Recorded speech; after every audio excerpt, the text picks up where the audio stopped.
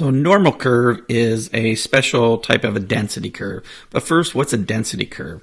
Well, density curve comes from when we started to picture data.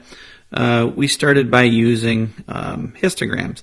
So I'm just sketching a little histogram here. And it might go something like this. And it might not always be exactly peaked in the middle. But just because we're talking about normal curves, I'm going to make this one peaked in the middle. So what you're looking at right here in black was a discrete probability distribution or discrete distribution, because all of the items in each one of these bins or each one of these classes or intervals was a countable number. It was discrete. Then, as we move on in statistics, we use a continuous curve. So that would be something like what I'm drawing right here.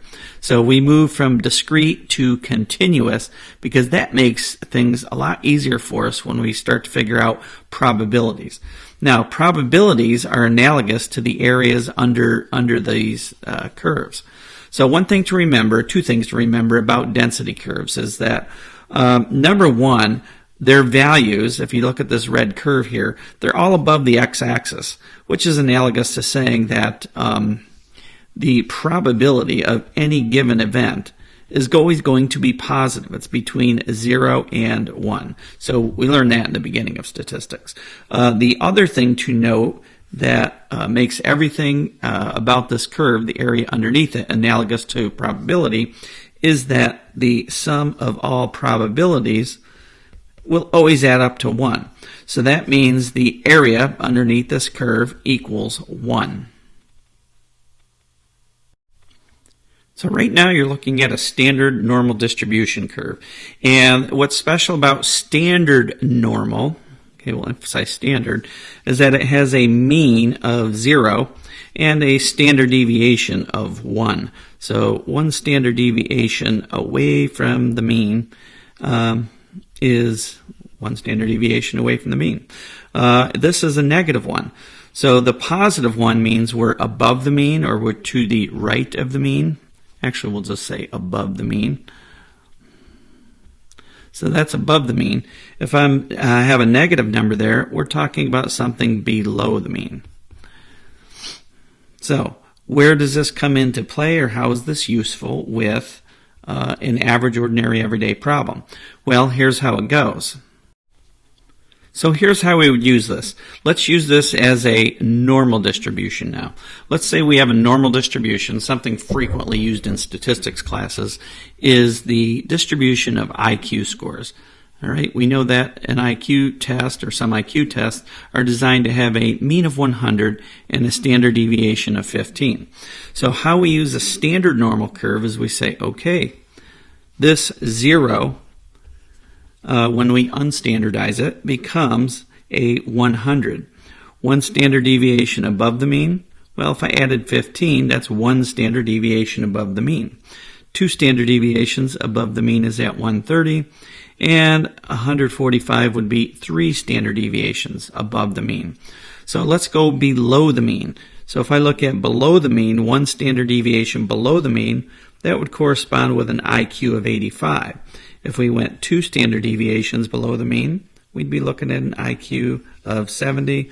And 3 standard deviations below the mean, let's see, I guess that would give me a 55. So let's consider we pick, I don't know, some random value. Say, right around here. We're going to pick 110.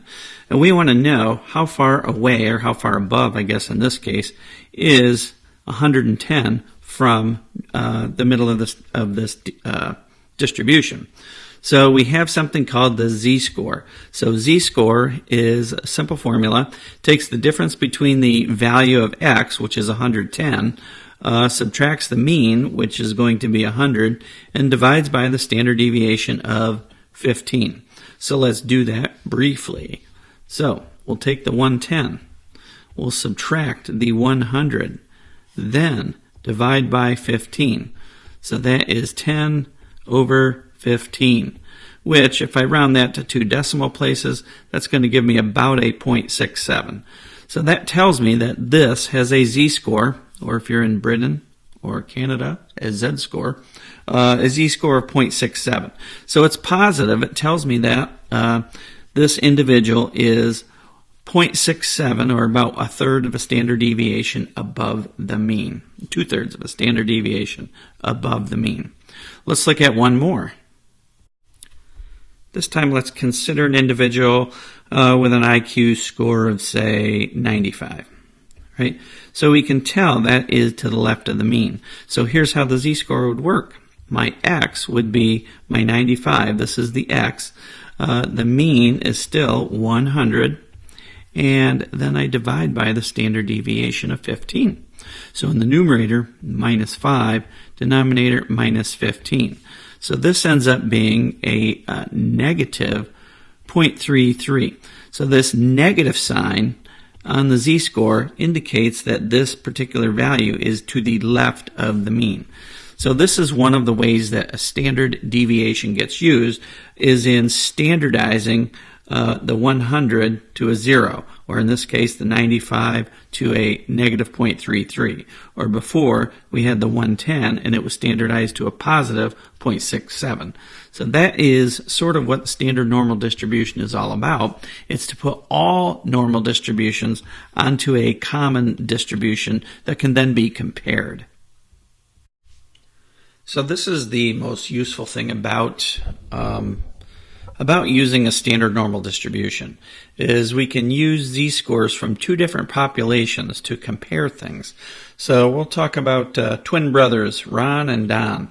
Don takes the math SAT and scores a 680, and Ron takes the math ACT score and scores a 26. Now, both these tests ostensibly test the same math ability, and both are known to be normally distributed. So the math SAT is normally distributed with a mean of 528 and a standard deviation of 117. The ACT has a normal distribution with a mean of 20.5 and a standard deviation of 5.5. So one thing that we can do is we can standardize both of these scores. So x minus mu is 680 minus 528. Divide that difference by 117, and we come up with 1.30. So the z-score for Don's 680 is 1.30. So his score was above the standard deviation. 680 is above 528, and specifically it's above 528 by its 1.3 standard deviations. So someplace up in here. We'll sketch that into the curve. So this is, I'll put a D for Don. Now let's look at Ron. Ron also did very well on the math ACT. 26 is above the mean, so when we standardize his score, the x minus the mu becomes 26 minus 20.5, and we divide that by 5.5 to give us a z-score of 1. So Ron is, there's an earthquake. So Ron is also above the mean, but he's not as far above the mean. I'll put an R by this one for Ron. So we got Ron and Don. So they both did very good on their respective tests, but relatively speaking, so we're going to talk about relatively speaking, who did better. Relatively speaking, Don did better. Why? Because his score of 680 is on my blue axis here. Point six. These are all the blue numbers have to do with the SATs. So 528 plus 117 plus another 117 and so on. For Ron's, we take the 20.5 as the mean, and the standard deviation is 5.5. So 20.5 plus 5.5 plus 5.5, and so on. So we see that Ron, even though he's one full standard deviation above the mean, his brother Don is 1.3 standard deviations above the mean. So relatively speaking, Don had a higher score. And that is one of the main ways in which we use z-scores. So as promised, here is the empirical rule. So the empirical rule is also sometimes called the 68-95-99.7 rule. which is kind of a mouthful. So a lot of times it's just called the empirical rule. So what the empirical rule states is that whenever we have a bell curve, a normal curve, doesn't have to be standard normal, any normal curve, we know that about 68% of the observations are going to fall within one standard deviation. All right. The 90, that's the 68 part. The 95 part says that, all right, within 2 standard deviations, we're going to have about 95% of all the observations in the population will fall. And you guessed it, the 99.7, well, that's within 3 standard deviations. Let me write that correctly first. 99.7%. So almost all of the observations will fall within 3 standard deviations of the mean, whatever it is in the middle. So for example, on the previous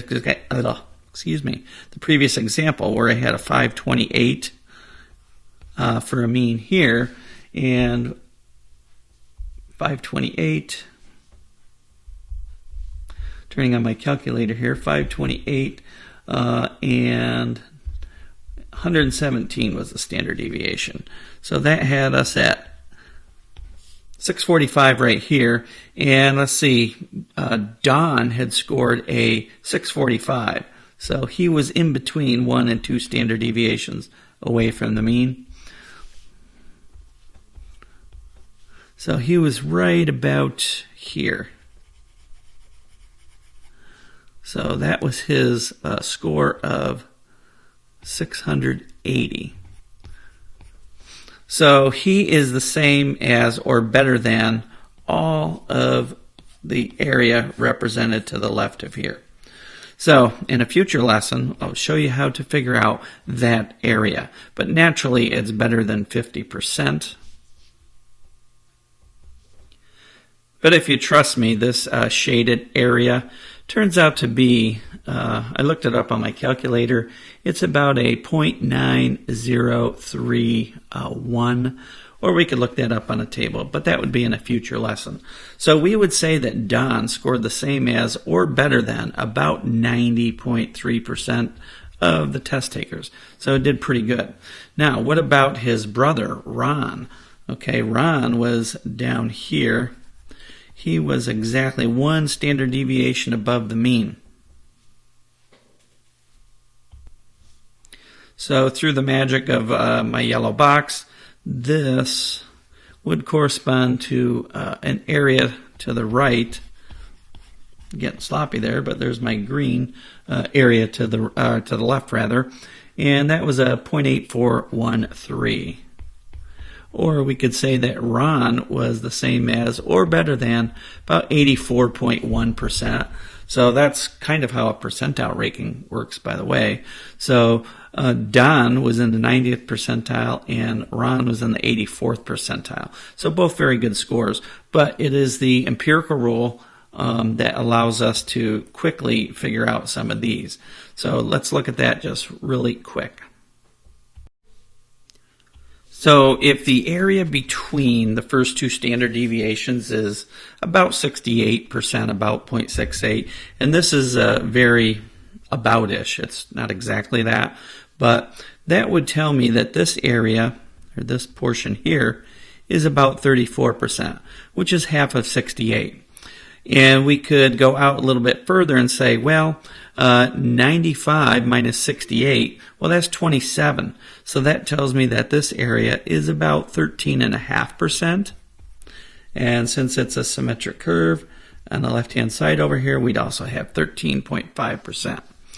And then the final portion, this would be 99.7 minus 95, divide that by 2, tells me that this is about 2.35%. Make that a better decimal.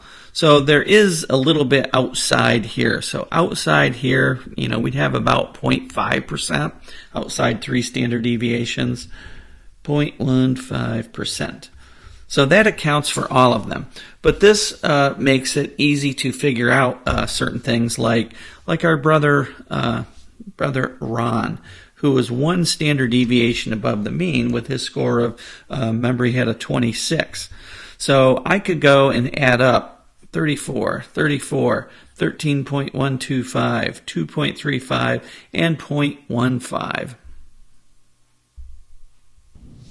And by adding those up, I find out that that would have been about, from here over, about 84% when I added those up. So that's one thing that's nice about this empirical rule, is it uses this 68% being between here, 95% being between 2 standard deviations, and almost all of it, 99.7, being within 3 standard deviations.